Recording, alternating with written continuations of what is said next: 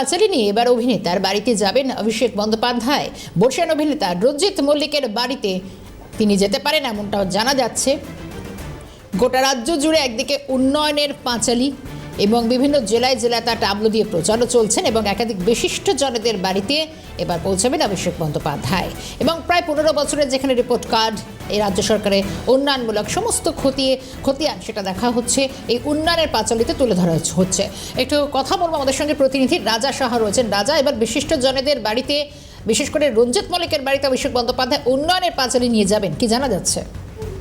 হ্যাঁ দেখো, তোমাকে বলি যে মমতা বন্দ্যোপাধ্যায়ের সরকারের একেবারে 15 বছরের যে রিপোর্ট কার্ড, সেই রিপোর্ট কার্ড নিয়ে বিশিষ্ট জনদের কাছে যাচ্ছে তৃণমূল নেতৃত্বরা মমতা বন্দ্যোপাধ্যায়ের প্রতিনিধি হিসেবে।